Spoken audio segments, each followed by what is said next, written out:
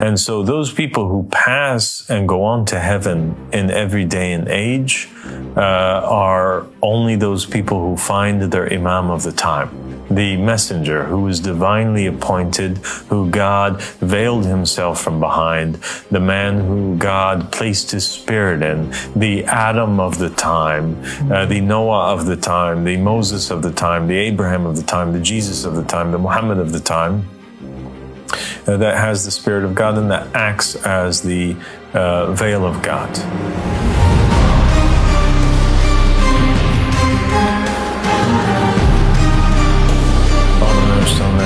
بسم الله الرحمن الرحيم اللهم صل على محمد وآل محمد الأئمة والمهديين وسلم تسليما. السلام عليكم ورحمة الله وبركاته. My dear brother Mustafa. وعليكم السلام ورحمة الله وبركاته, Father. Thank you for joining me today. Thank you for having me here. So today, Mustafa, we're going to have a mystical discussion surrounding the journey of the believer and the point of creation and the point of life. What is its meaning and what is it that we are supposed to be doing? And I think this is a question that all of the different religions that are on the planet have sought to answer and give a satisfying meaning to. And the human being, so long as he has existed or she has existed, have sought to seek purpose out of their life and to know why it is that they came into existence. Yes.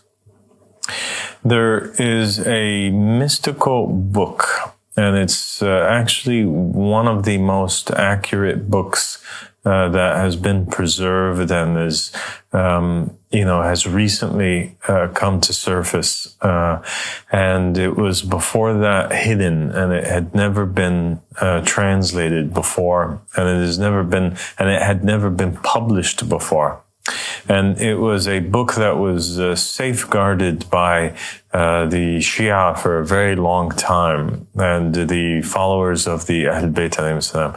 But even the 12er Shias, mainstream Shiasm, they don't recognize the book, and they didn't even know anything about it. The general population and the scholars in general, and what the contents of the book, what it was talking about were things that and concepts and beliefs and interpretations and narrations that are very unfamiliar, very foreign to the belief set that is held by mainstream 12er Shiasm.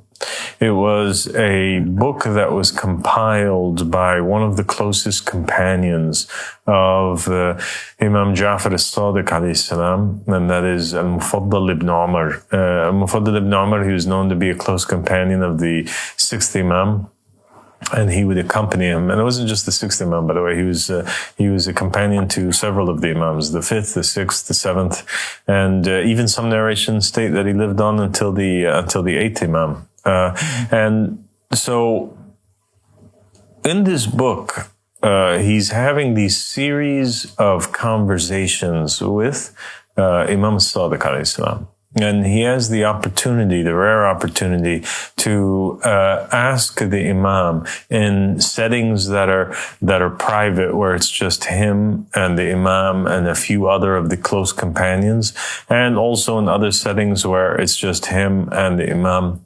Questions about religion and its secrets and mysteries that are not allowed to get out to the public. And so I'll give you the summary of it, but it's really a fascinating book. And in it, Imam al-Sadiq alayhi salam explains to al-Mufaddal ibn Umar how at the very beginning of creation, God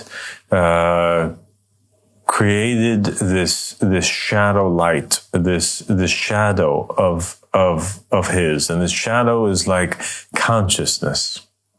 It was the very beginnings of creation, in its most pure form, and this shadow, which is kind of a shadow of the light of God, he splits it into two. And then the very first thing that happens is that the shadows become aware of one another after they were not aware. And they became aware that they existed after they were unaware that they existed. And that is the only thing that they knew. And in order to educate the shadows, what happened was that God glorified himself. You know, he made the tasbih and takbir and tahleel of his own self, right? So he said, God is great. And he said, all glory be to God. And he said phrases of this sort. Why? In order that the shadows, this consciousness that had now came into existence, would hear these words and then know that there was a God and that God was great, and yes. These are, and learn about it. Okay. That there was another entity. That there was another entity, right, other than him, and God. It says in the Quran that he doesn't speak to anybody except from behind a veil. And so at the very beginning, before the establishment of creation, was the establishment and the creation of a veil, where God creates from his own tasbih, which he began to do before he even created the shadow lights. The shadows was turned into a veil. So he creates for himself first this veil out of his own tasbih, and then he creates the shadows, and then he splits the shadows, and then the shadows become aware of one another, but that's all that they know. And then he seeks to educate the shadows by glorifying himself. And how does he glorify himself? How does he speak to the shadows? He does so through the veil. The veil is glorifying God, and the veil is the speech of God. And we spoke about this before when we spoke about the Prophet Muhammad's night journey and how the veil was the Quran. Yes. And so that was the beginning of all creation.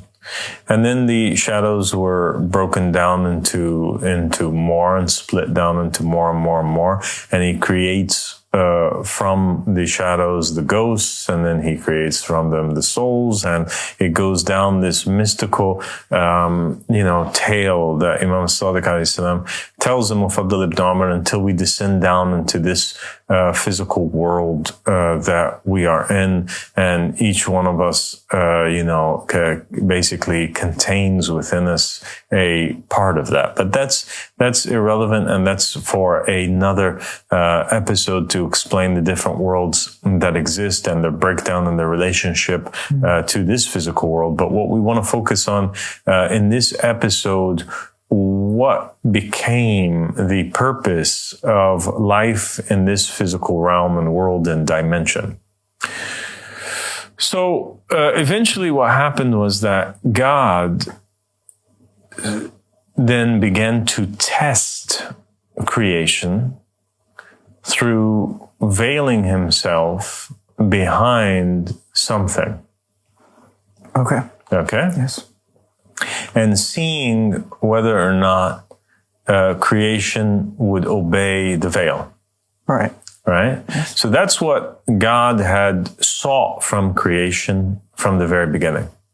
He sought to teach creation about himself by means of the veil. And he made the veil a proof over creation, right? And so the veil was the one that was educating the shadows. And the veil was a proof over the shadows. And because the veil was more knowledgeable than the shadows, it was automatically obligatory that the shadows submit to and obey and heed to the call of the veil, and to recognize that that voice that was speaking from behind the veil, it was not just the veil, but rather it was the voice of God speaking to them from behind the veil. For this creation to identify that this is God speaking. Yeah. Right. So the test became that creation recognize and obey. That's what was required, was that they recognize and obey God, yes. and through His veil. Yes. Okay. Yes. So then, what took place in the story of Adam and Eve and Iblis was that, and the angels, was that God creates this creature called Adam, and God sought to take Adam now as a veil. That would be the point whereby He would communicate with creation from behind. Adam became the veil. Yes. And God told the angels, if I, fashion him and blow in him from my spirit and then fall down to him in prostration. So here we know that it is a requirement from the rest of creation to always obey the veil. Okay? Yes. In that time, the veil was always apparent. They would know. He was not hidden. They were just required to obey the veil. And hence, God does not hide the fact that Adam is going to become the veil, but rather He informs all of the angels, this is going to be my veil. As soon as I take it as a veil, then immediately fall down and prostrate. It wasn't a mystery. Yeah, so God blows into Adam from His spirit. The moment that He does that is the moment that He takes Adam as His veil. And it is also the moment where the veil begins to speak. And really what's speaking is that which is behind the veil. And the veil, once again, is more knowledgeable than the rest of creation. Adam knew the names of all things, and he had authority, and it was obligatory for all creatures to prostrate. But then Iblis refused to. When Iblis refused to and rebelled, it became the first time that there was a direct refusal and rebellion against the veil of God. And that became a very big problem. That was a shocker. It was a shocker, I think, to all of creation, not a shocker to God. And it became, it resulted in a very big test for the rest of humanity. So Iblis succeeded in causing the veil to fall, and he rejected the veil, and he discredited or brought down the credibility a little bit of the veil. Right, when Adam ate from the apple. Exactly, when Adam ate from the tree. Right. And Iblis had his own idea, of where God should go or what he should take as a veil. He thought that he knew best. And God, nobody can tell him what to do, and nobody can know more than him, and nobody can force him to take something as a veil.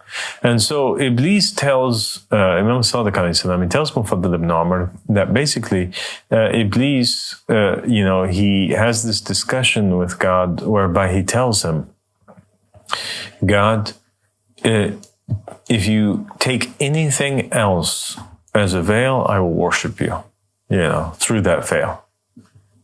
Take anything, but just not Adam. And then Iblis went forward and he began to prostrate to all other things except for Adam. So he prostrates to the sun, he prostrates to the moon, he prostrates to a magnificent tree, he prostrates to all other things, hoping that God would have accepted his prayer and taken one of these things as a veil. Except for Adam. Other than Adam, except for Adam. He refused to do that. Wow. And God says, by my might and by my glory, I will not accept any of your deeds or any of your worship except if you worship me through the door and through the veil that I have appointed. All right. Okay. when God saw the disobedience of creation, and when he saw the insistence on Iblis to fight against the veil and to murder it and to make it fall, God began to hide himself. His veil became a matter of a hidden matter, a matter that was kept secret, that was private rather than an announced matter. Right. Do you understand? Yes, not like Adam's days when he would say it. Not like in Adam's days. So Adam and Iblis and Eve, they all get sent down to the earth. Iblis and his descendants, Cain and all of those disbelievers, were hell-bent on following in the footsteps of Iblis and taking it even to the next level and murdering and skinning alive and fighting against the veil and all those who took the veil as a proof over them.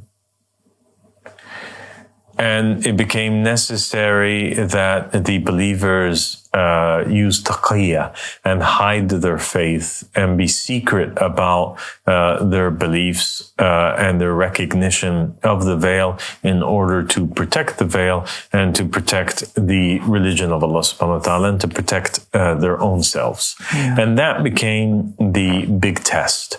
And Imam al-Sadiq alayhi salam tells Al-Mufaddal ibn Umar that God decided to also show creation, each and every one of them, their degree, lest they disbelieve in God or object to the status that they obtain. It became one big giant test whereby God gathers all of creation, he puts them on the planet Earth, and then he hides himself in every day and age behind one veil.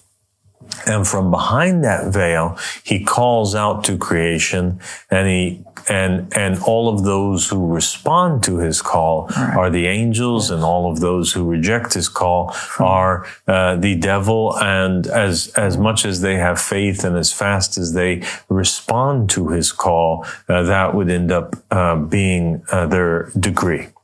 Right. Yes. Okay. Yes.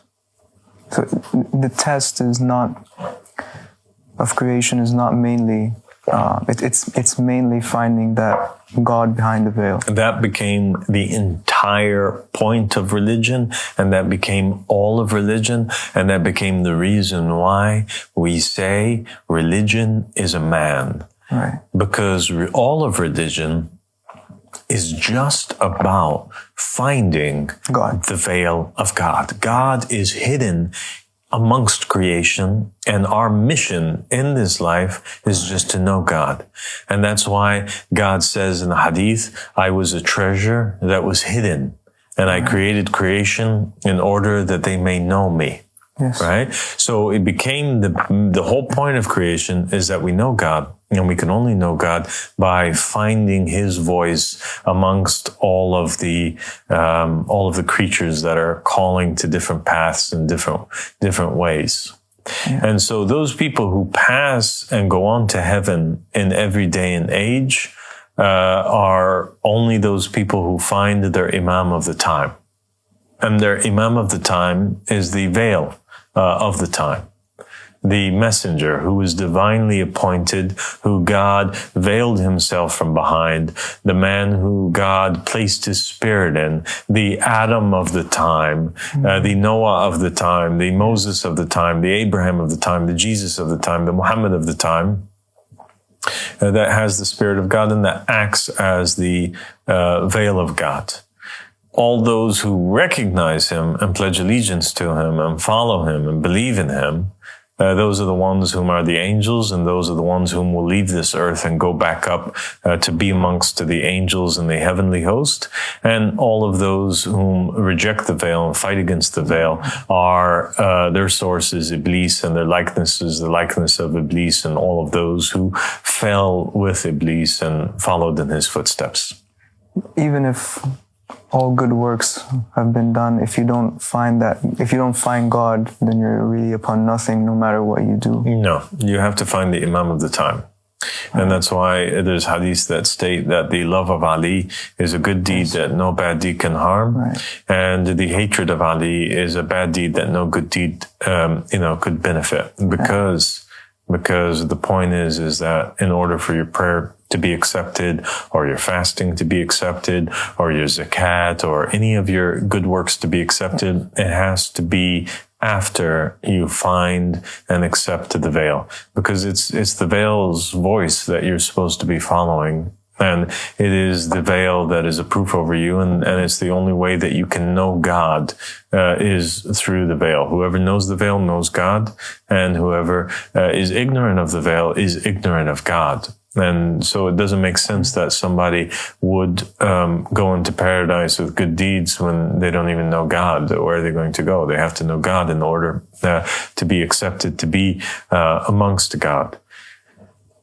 And so the believers then, Imam al-Sadiq alayhi salam tells Mufaddal in another part of this book, he informs them, he informs al-Mufaddal ibn Umar that there are varying degrees that a believer will reach on his path to knowing the veil and being obedient. So not everybody that knows the veil is the same in faith. And Mufaddal at one point, he's asking Imam al-Sadiq about these ranks and these degrees, and we briefly mentioned them in the episode that I did with Dr. Irfan about the secret teachings in Islam, and where we touched upon also the night journey of the Prophet Muhammad sallallahu alaihi wasallam, and how the Prophet Muhammad had become the veil. And so Al-Mufaddal is asking Imam al-Sadiq about this. Imam al-Sadiq is responding to him, and he says that the very first degree that the tested believer reaches. So before that, there are varying degrees of people that might recognize part of the teachings of the veil as true, but they don't recognize the veil himself as being the Imam of the time or being the voice of God. Just like we have now Sunnis that believe in the religion of Muhammad.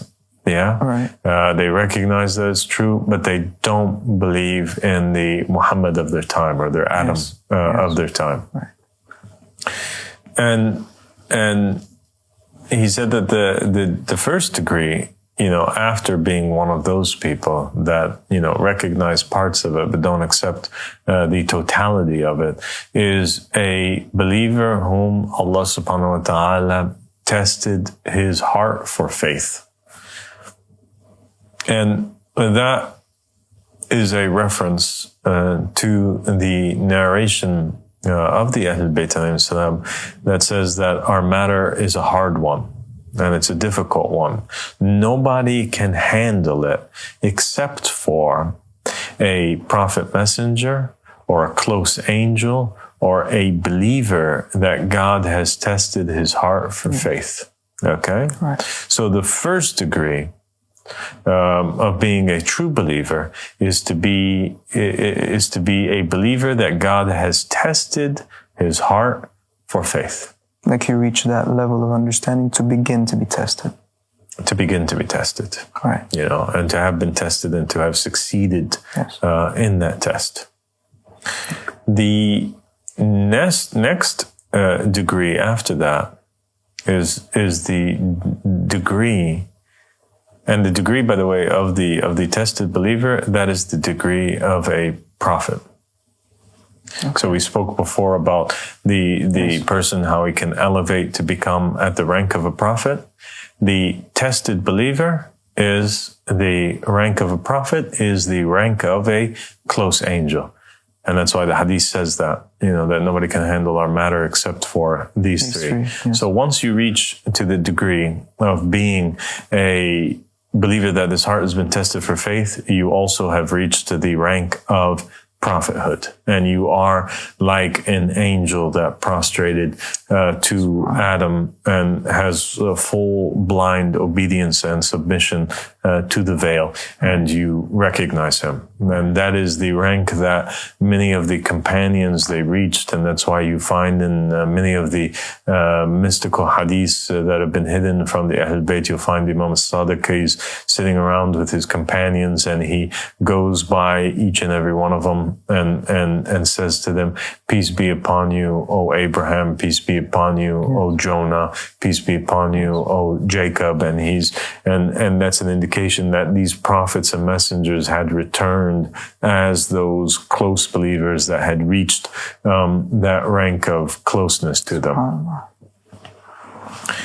Then the next rank after that, Imam al-Sadiq alayhi salam says it's the rank of the Naqib, the chieftain, one of the Nuqaba. And in every day and age, there are 12 people that reach that. There are 12 seats that those believers, can reach and become one of those. And in the time of Jesus, it was the 12 disciples or the 12 apostles that had reached that rank. And it's a rank that's above all of the rest. And the people that reach that rank, they serve as kind of like the chiefs of the rest of the angels, or the chiefs of the rest of the prophets. Yeah, I remember a hadith mentioning they're the leaders of the companions. They're the leaders of the believers. They're the 12 pillars of the Hajjah. And there's a hadith that says that for each and every prophet and messenger, and for each and every imam, there are always 12 close companions that are with them. Yeah. Is that the hadith? Yes, the hadith I was going to say. And then Al-Mufaddal asks Imam Sadiq, okay, well, is there a rank that's after that? And then basically he says, no, now you're going to get into al-istifa. That's the rank that would come after that. As far as the believers go, the final rank that you can reach is to be one of those 12. That is the epitome of faith. That's when you know that you really, really made it. That if you were living in the time of Jesus, you could have been a person that thought that Jesus was a righteous person. That's a degree of faith, a very simple one.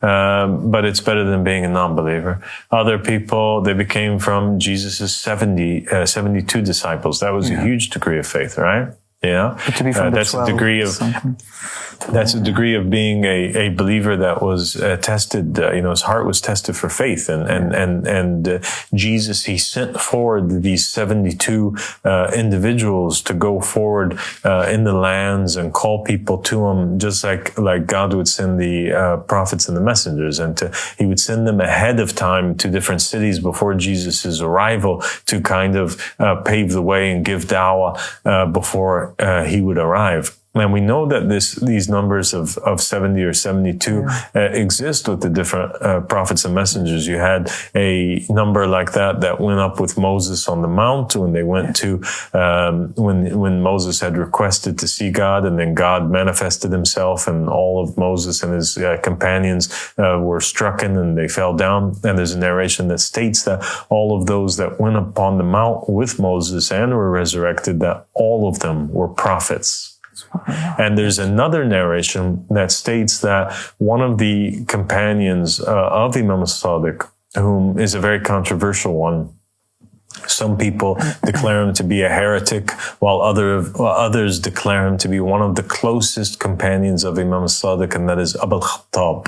Abu al-Khattab, at one point, he goes forward, and he makes this rise where he has with him about 70 or 72 individuals, and they all get martyred. They all get killed, fighting against the oppressor. And when they went back and they told some of the companions, told Imam al-Sadiq swears by Allah that all of those that got martyred and Abu al-Khattab were prophet messengers. And so you see here Imam al-Sadiq in one place, he's saying that the first degree of being a true believer is that degree of being a tested believer and a prophet messenger. And we find all of these, this mass group of at least 70, 72 that are with each and every prophet, messenger, and companion. And they're also being described as prophets or messengers. And then you have the best of them, the leaders of them, the ones that reach to the final rank of being a close believer are those whom are the 12 in every time and age. And they're mentioned also the 12. The 12 chieftains are mentioned in the narrations of the Ahl Bayt as being the closest companions to the Qaim, that there's these 12 as well that are around him. They serve as his disciples. And they obey him in all things, and they do not, doubt, nor do they fall away. And in many of the scenes, while the rest of the 313 apostate, it's always these 12 that remain firm by the side of the Qaim. So that's like the epitome of faith, to reach that degree of being a prophet, messenger, close believer that does not apostate and always sticks next to the Imam of the time. They don't take vacations, they don't take breaks, they don't sleep, they don't, their focus is him. I think it was also in Karbala, was like the 72. Exactly. You also have that number appearing, and it appears a lot in many other places as well, with many other prophets and messengers. But you also have there the 72 that are in Karbala with Imam al-Hussein alayhi salam. And so then there, Mufaddal asks Imam al-Sadiq, okay, well, what after that? He says, well, then after that, it would be the degree of istifa, of being like chosen now. Inna Allah astafa Adam wa Nuhan wa Ali Ibrahim wa Ali Imran ala al-alamin. Verily, God chose Adam and Noah and the family of Imran and the family of Abraham and the family of Imran over all of the worlds. Okay? And he says that this degree is the degree of being from the Zurriya, from being from the progeny. It's our degree. It's the degree of the Ahl Bayt, the people of the house.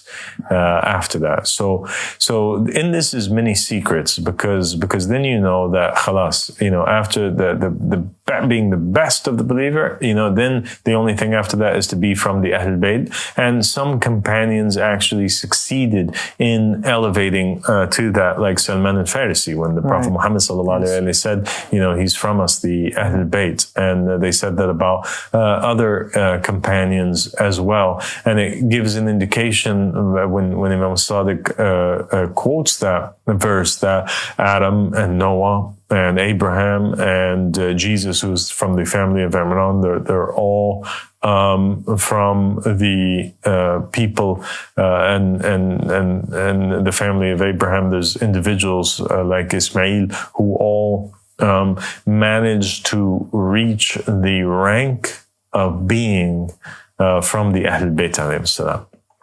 All right. Yeah. Yes. And these individuals that reach that rank, we spoke about it before, and we talked about how the rank that's above a prophet messenger is the rank of an imam. And so we know now that those people that reached the rank of being an imam were also at the rank of being from the Ahl Bayt alayhim salam. And there's a great secret about that when we talk about the Mahdis, because in that time, and I'll just give people a little bit of a gem and an insight to that. What happens is that the Imam al-Mahdi alayhi salam, in this day and age, he is the return of the Prophet Muhammad.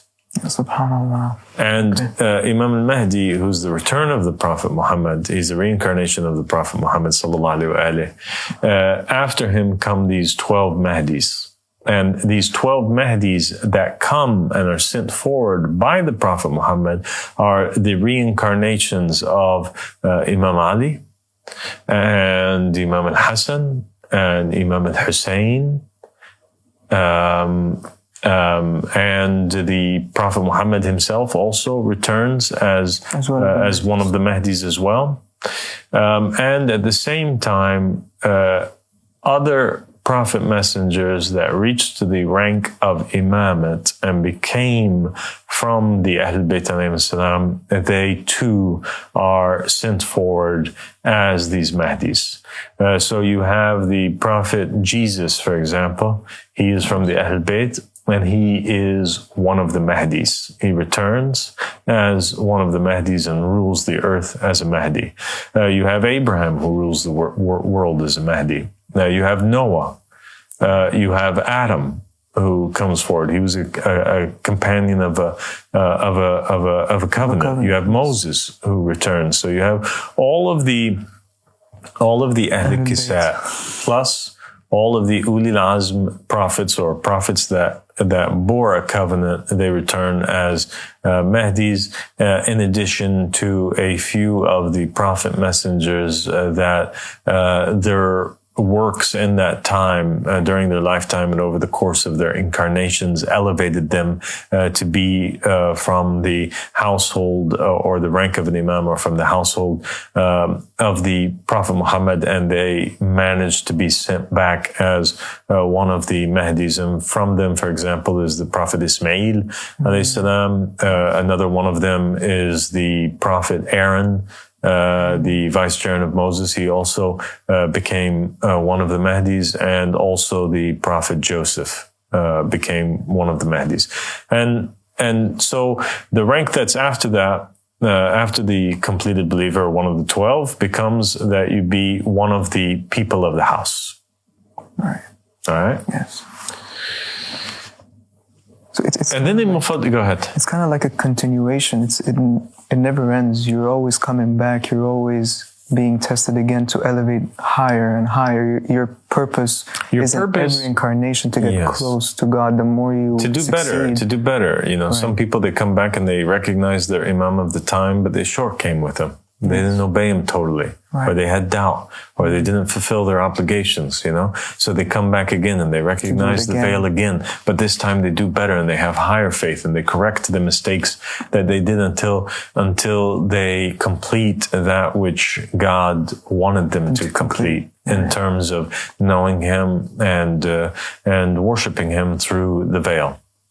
And then, Mufaddal asks, Imam al-Sadiq, okay, well, is there a level after that, after the dhurriya? Like, where would they go after the progeny, you know? Yeah. And Imam al-Sadiq alayhi salam says, yes, there is. And that's the final degree. And that is the degree of the veil, the hijab.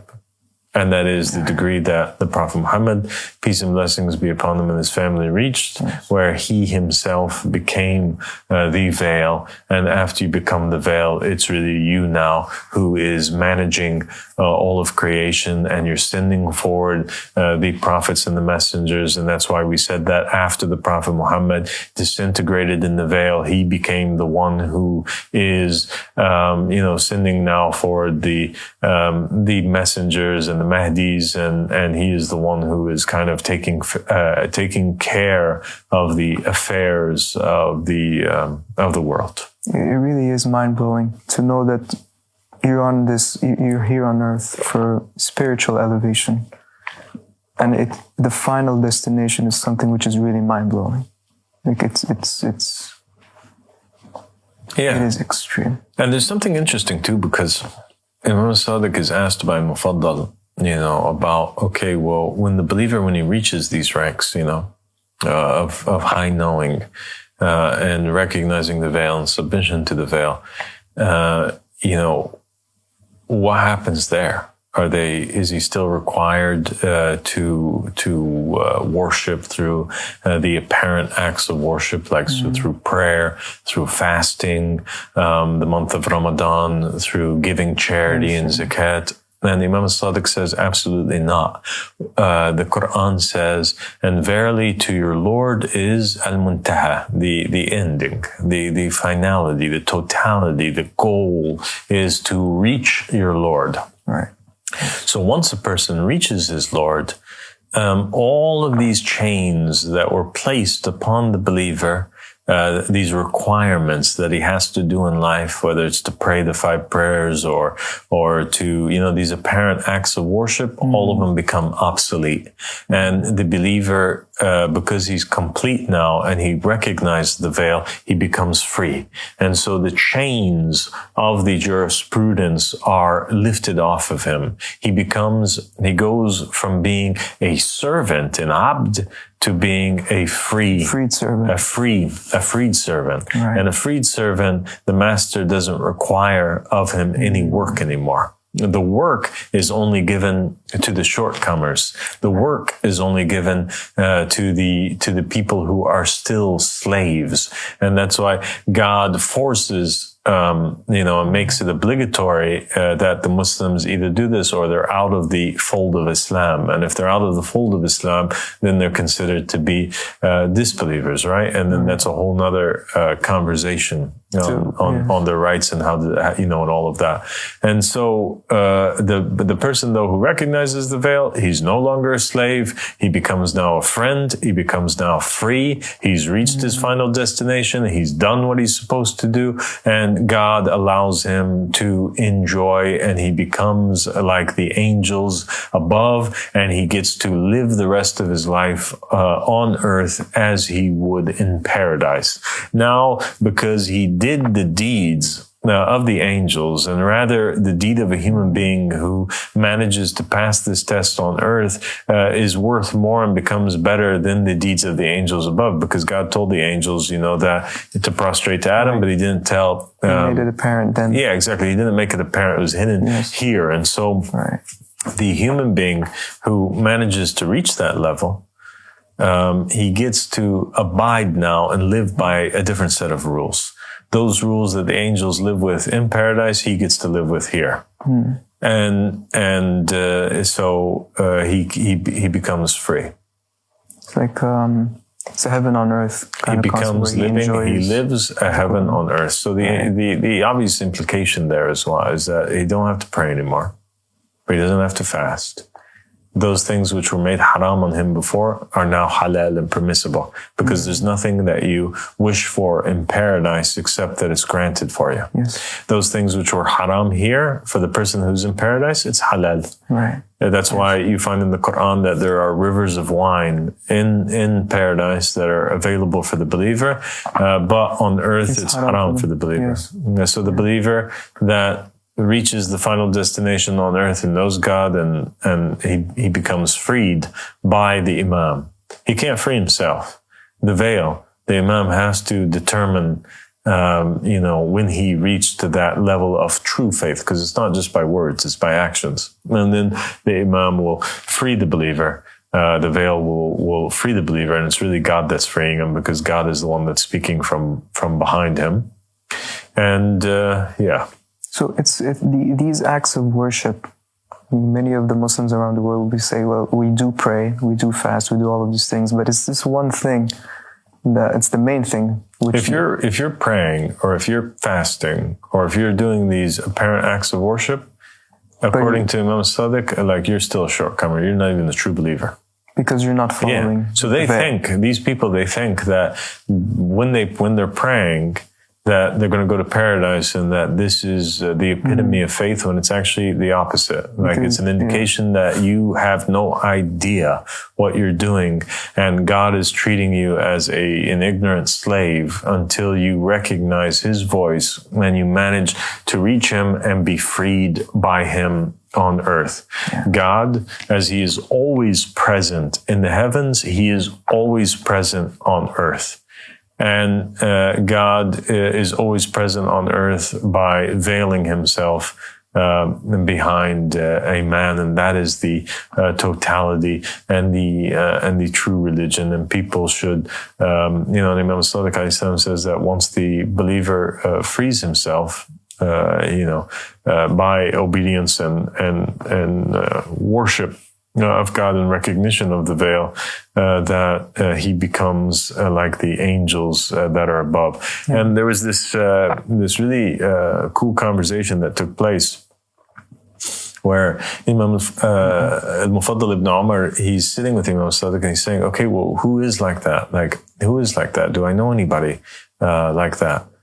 And Imam al-Sadiq says, by Allah, you know. And you've seen them and you've eaten with them. Your fellow believing brothers that have reached these ranks, but they didn't tell you because you hadn't reached their rank yet. So they kept it secret. You know, it was all done in taqiyya. Salman had reached that degree and he was free, but Abu Dhar hadn't. So if Abu Dhar knew what was in the heart of Salman, he would have killed him. Okay. Because Salman now he's free, he's doing all these things, he believes all these things, and he's not abiding by the Sharia, and he's doing those which are haram, and he's living a whole different life. If Abu Dhar knew what was taking place with Salman, he would have killed him. And so Al-Mufaddal is like, who? And then at that moment, there walks in this man into the room, and he stands behind Al-Mufaddal. And then Imam al-Sadiq alayhi salam asks al-Mufaddal about that man. And he says, that's my brother Abu al-Khattab. Right, yes. And then Imam al-Sadiq asks Abu al-Khattab to identify himself. And Abu al-Khattab reveals that in reality, he's Gabriel. Yes. SubhanAllah, this is powerful hadith. It is intense. And so Gabriel is accompanying the veil in every day and age. And the prophets and the messengers, they accompany, and the angels, they accompany the veil in every day and age. And that's why you have that the hadith say that the Qaim has with him on his right and on his left, Gabriel and Michael. And Raphael as well. And Raphael from behind him. Right. And they have the prophets and the messengers that have returned. And you have Jesus in his time. And during the scene of the transfiguration of Christ, he has on his right and on his left Moses and Elijah. Yeah. So those believers that become true unifiers and monotheists that recognize where the veil is and they only obey the veil. That's what it means to be a monotheist. And a unifier, somebody who only, worships God through one man. That is true monotheism. To not take religion from any other man, but only from one. La ilaha illallah means there's only one God above, and he's only behind one veil, one man, and that's the Adam of the time. It's recognition of God. It's recognition of God through him. And so then Abu al-Khattab, having identified himself as Gabriel, he proceeds to inform and reveal to al-Mufaddal ibn Umar as well as Imam al-Sadiq about how, Gabriel goes forth in the lands and he rises to the heavens and comes down and he serves between the hands of the Imam. And then Abu al-Khattab also, after having reached this degree and recognizing the soul that was within him, began to speak about all of the prophets and the messengers that he was with. And he says, I'm the companion of so-and-so, and I'm the companion of so-and-so. I was the companion of Joseph in the well, and I was the companion of Moses when he did this, and this prophet and that prophet. And so that is the hero's journey. That's the journey of the believer.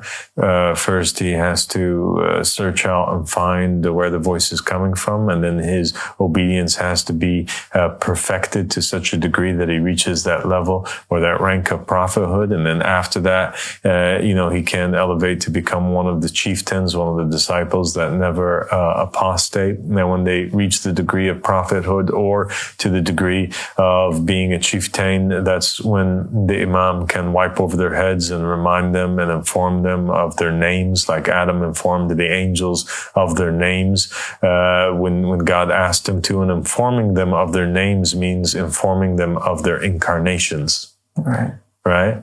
And so And so the Imam will inform Abu Khattab that he's Gabriel, or inform, this person, Mufaddal ibn Umar, that he's Jacob, or inform this individual that he is that. And then little by little, they'll regain their memories and continue to serve. And then the believer can even work harder than that and become one of the people of the house. Just like, Simon Peter also elevated out of the 12 disciples and ended up being the successor and the vicegerent of Jesus Christ, right? He became a Hajjah. And the same thing can happen when you're at the level of the chieftains. And then eventually the goal for all those who reached to the degree of being from the Ahl Bayt is to become the veil themselves. And each person who is sent in every day and age, serves as that. So we'll stop at that point so as to not make the episode too long, but there's so much more that we could say about this, which we'll mention inshallah in future episodes. Thank you so much for joining me today, Mustafa, and speaking to me about this topic. And I ask Allah subhanahu wa ta'ala that inshallah we delivered it in a way that was clear and simple for everybody to understand. Inshallah. I hope people get the idea and understand God never wanted them to be slaves. He put them here so that He can free them. They just need to find Him and they would be freed, and He just wants all goodness for them. Yes, He wants people to be free, but He places these chains on them in order that they not go further astray. Right. And so He tells them, no, you have to do this, and you abstain from the alcohol, because if you drink the alcohol and you don't even know the veil, you'll never know the veil. Right. Keep on praying and remembering Allah subhanahu wa ta'ala. And actually it's obligatory for you to pray, because if you don't pray now, then you're going to go on a different path that's really far, and you'll never recognize the veil of Allah. But once they recognize the veil, then all of this stuff is not necessary anymore. It's the first step towards Him. Exactly. It's those first steps towards Him. Yes, well, thank you so much. God bless you. Assalamu alaikum.